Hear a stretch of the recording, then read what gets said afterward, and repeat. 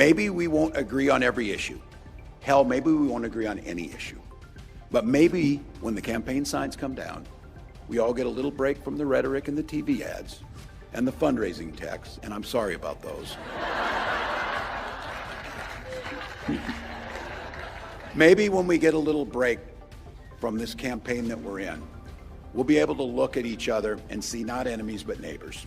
And maybe we'll be able to sit down over coffee or a Diet Mountain Dew and just talk.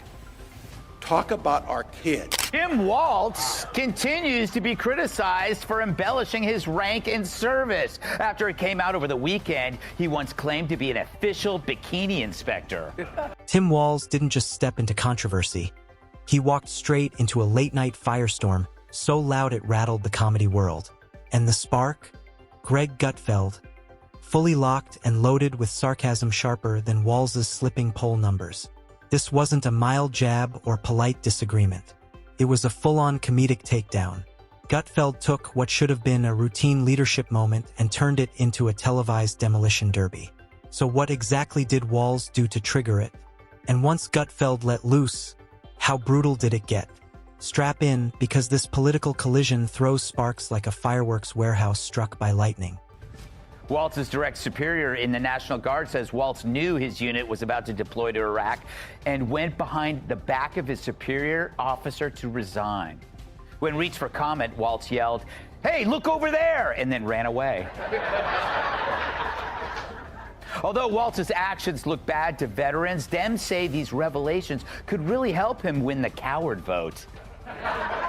Walz had one mission in mind: project calm, adult leadership, and look like the responsible guy in the room. Instead, he ended up starring in a political reality show nobody asked for. Enter Greg Gutfeld. The late-night king of mockery arrived with jokes so sharp they felt borderline regulated. The punchlines kept coming. The composure? Not so much. Walz's carefully polished image unraveled fast, like a gluten-free muffin caught in a downpour. One segment was all it took. Suddenly, the governor didn't look like a steady hand anymore. He looked like an extra in a soap opera where politics completely jumps the rails. Meanwhile, Kamala's VP, Tim Walz, is being accused of lying about his rank, which is called stolen valor. But in Walz's defense in Minneapolis, stealing is legal. The tampon king gets back in the ring. I speak of former VP nominee Tim Walz. He joined Beto O'Rourke at a Texas town hall last night, and the estrogen levels were enough to give Chuck Norris menstrual cramps. I wonder, is our strength our diversity? Let's be clear, this wasn't gentle criticism. It was more like getting clocked with a frying pan forged from Fox News monologues. Gutfeld was done watching Walz play Minnesota's fearless savior. This time, the armor turned out to be tinfoil and recycled press slogans. What followed wasn't a simple roast.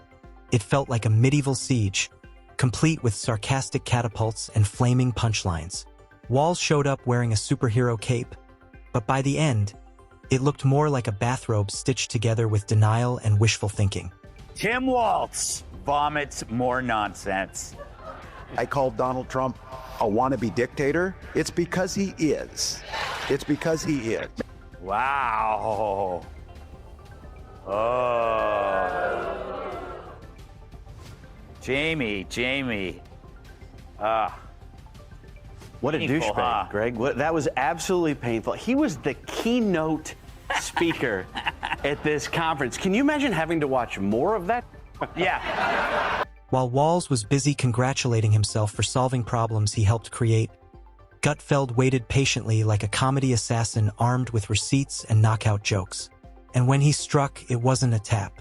It was a full verbal cannonball fired straight through the governor's glossy narrative. Smiling press events, recycled crisis lines, and premature victory laps all went up in flames under satire's spotlight. Whether Walz saw it coming or walked right into it anyway, the result was the same. The illusion collapsed in real time. Our strength is our diversity. We've been talking about this for years as a country of immigrants, and we let them define the issue on immigration. We let them define the issue on DEI, and we let them define what woke is. Wait, you lost because you weren't woke enough? That's like telling Joy Behar she's not eating enough Doritos. That's like Jasmine Crockett saying, I gotta black this up. That's like Bud Light saying, hey, you know what? We could use more Dylan Mulvaney. But even Kamala's not that clueless, and that's saying something. Walz also seemed to doubt the validity of the last election and future ones. Gutfeld didn't just poke at the governor's image. He slow-roasted it at a full political barbecue. Every podium smile, every self-congratulatory post, every mission accomplished moment turned to ash. Walz tried to grin through the backlash, but the internet spotted the cracks immediately. Social media exploded like glitter dumped during a preschool meltdown. The memes were savage. The commentary turned ruthless overnight. Walz went from office holder to punchline, dragged through comedic mud and left dangling like yesterday's headline. And when it looked like he might shake it off, he spiraled. Twitter eruptions, rage threads, and enough online fury to melt broadband cables. It was an all-time meltdown. Tim Walz vomits more nonsense. I called Donald Trump a wannabe dictator. It's because he is. It's because he is. Maybe it's time for us to be a little more fierce. Because we have to ferociously push back on this. The thing that bothers a teacher more than anything is to watch a bully, to watch this bully and to stop it. And when it's a child, you talk. The reactions poured in like a Minnesota heat wave. Intense, dramatic, and over almost as fast as they arrived. Walz wasn't just irritated. He was visibly seething. Staffers scrambled with herbal tea, calming playlists, and emergency mindfulness podcasts. But nothing cools a wounded ego that size. He stormed through the Capitol like someone who just lost a fistfight with public opinion. At some point, aides were probably Googling how to manage an elected official having an existential crisis during office hours. Walz framed it as a noble stand for truth, but it landed more like a bad Yelp feud with sarcasm itself. This one's a core. We saw just recently Donald Trump's executive order to make it more difficult, specifically to women, trying to make it more difficult for women to be able to vote. We see one of the first things they do is try and restrict the vote. Wait, so Trump is making it more difficult for women to vote? How so? Math problems? But it's further proof that the most dangerous thing for a leftist is a follow-up question, which is why you never hear any. But I guess questioning elections is okay now. But the best moment came when Walz forgot. Meanwhile, Gutfeld was sipping espresso like none of this even registered, possibly debating whether to roast another state next or take a swing at the Weather Channel for sport. He didn't just criticize Walz's decisions, he dismantled the entire vibe. Walz came off less like a leader and more like a theater kid who wandered into a press briefing by mistake. Gutfeld packed the segment with Broadway-level mockery. Every Minnesota stumble got a flashy retelling, and Walz's economic plans were compared to Pinterest recipes that look amazing but collapse in real life. Big promises, pastry-level results. He looks like the high school football coach who made sure everyone showered after practice.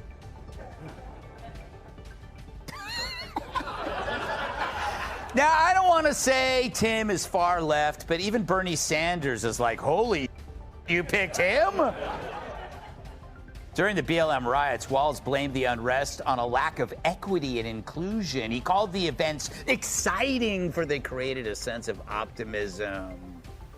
Yeah, I guess they should have burned down more buildings. After all, nothing is more equal than fire. And Gutfeld never even raised his voice. He calmly dissected Walz's public safety record like a failed crime pilot no one ordered. Crime stats popped up like forgotten 90s boy bands, awkward, unwanted, and impossible to ignore. Still, Walz stood at the podium as if applause was guaranteed. Gutfeld's takedown was surgical. No shouting, just precision. Then came the mock Law and Order bit, where reforms resembled interpretive dance more than policy. Identity slogans took center stage while actual solutions slipped out the side door. Minnesota started feeling less like a state and more like a BuzzFeed quiz titled, "Which leadership mistake are you?" I guess Walz is a Molotov cocktail half full kind of guy. I bet he thought 9/11 really helped people in lower Manhattan afford rent. Too soon? Walz has a 100% rating from Planned Parenthood, earning him total support from Kamala's husband's former nanny. So why did Kamala Harris choose Walz as her running mate? Apparently, he was the only one who didn't laugh and hang up when she called. The damage control team couldn't keep up. Voters weren't buying it. They'd seen this rerun before. In desperation, Walz's staff released a blog post dripping with Midwestern passive aggression, thick enough to pass as artisanal maple syrup. It accused Gutfeld of lacking nuance, which translated to, "Please stop embarrassing us." Gutfeld responded by escalating. Charts appeared. Reenactments followed. A Viking dramatically read Walz's statement. It was absurd. It was hilarious. And it was ratings gold. Politico lingers on candidates' fingers and defend Walz's wide eyes as they claim beards are for bad guys. And there's only one explanation for Tim spewing nonsense like this.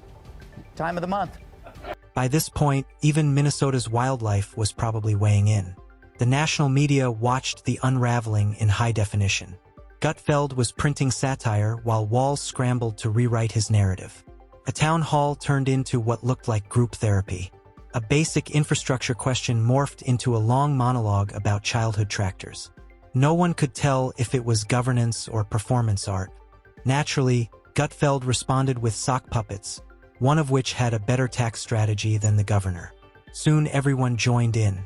Comics, celebrities, TikTok creators, even parody accounts dropped diss tracks. Writes this piece on the body language from the debate, claiming that it speaks volumes. Yeah, it says that Walz lost, but one of them, Politico says, is like Walz's wide eyes showed his passion and emotional intensity. Can we show that? There is his wide eyes. That humans would widen their eyes to convey that danger is close. What emotion are you getting from that? Sorry. Still. That was every... By month's end, Walz was clutching note cards crafted by PR consultants with theater degrees. Gutfeld, meanwhile, was planning the victory lap. Minnesota's government resembled a failed group project where nobody read the instructions. Budget meetings felt like talent shows. Committees turned into improv circles. Walz kept trying to prove he wasn't the punchline. But when it's politician versus comedian, only one survives unscathed. And it's never the guy holding a slideshow titled, "Why I'm Still Serious." A skit became a saga. A roast turned tragic. And the curtain hadn't even fallen yet. And look around and look at, I'm especially talking about these old white guys who seem to disappoint us on a regular basis in this country. Dude. You're an old white guy. And you're right, you are a huge disappointment. I guess hating himself is the first thing he's nailed correctly. Because Walz saying old white men suck isn't a political stance, it's his confession. Walz calling people old and white is like Maxine Waters making fun of someone for shopping at Wigs R Us. He wants to execute more DEI policies, and Trump wants to execute murderous gang members. So there you go, ladies and gentlemen. Can you see the difference? Keep this up, Democrats, and the next 3 presidents will be Vance, Hegseth, and Kid Rock. Gutfeld barely had to lift a finger anymore. Walz's team launched a rebrand so awkward it made infomercials look refined. Billboards popped up everywhere. Smiling lake shots, children playing, and one deeply confusing image of a talking loon explaining state debt. Staffers were sent to meme boot camp. Workshops taught clapback tactics and emoji usage. Brownies were labeled emotional support snacks. Gutfeld didn't need jokes anymore, just screenshots. Holding a plush moose and sipping tea, he let reality do the work. Facts became the punchline. With Walz, it's hard to even bring him up. He has a resting snitch face. You know? I mean, he forfeited his man card during COVID and the riots. And you're right. And also, at that diner, of course, he left early. people misreading Tim's odd greeting. The man of the hour, Tim Walz, brings us our second video of the day, and he's got a very weird way of greeting his wife of 30 years. Roll it.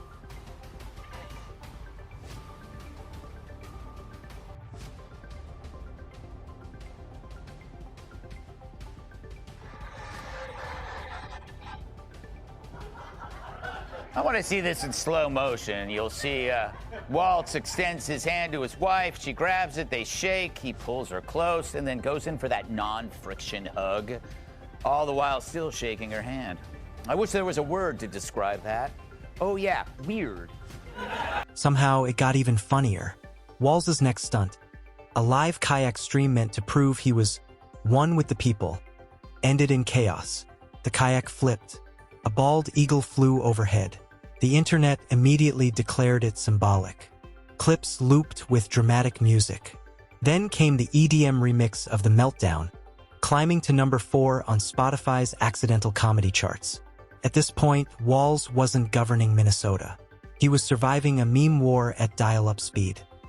He walked straight into Gutfeld's roast, fireworks blazing, setting his political mansion on fire while insisting it was performance art. And this brings us to the end of today's video. If you enjoyed it, then hit the like button and subscribe to this channel for more videos like this. Thanks for watching, and I'll see you in the next.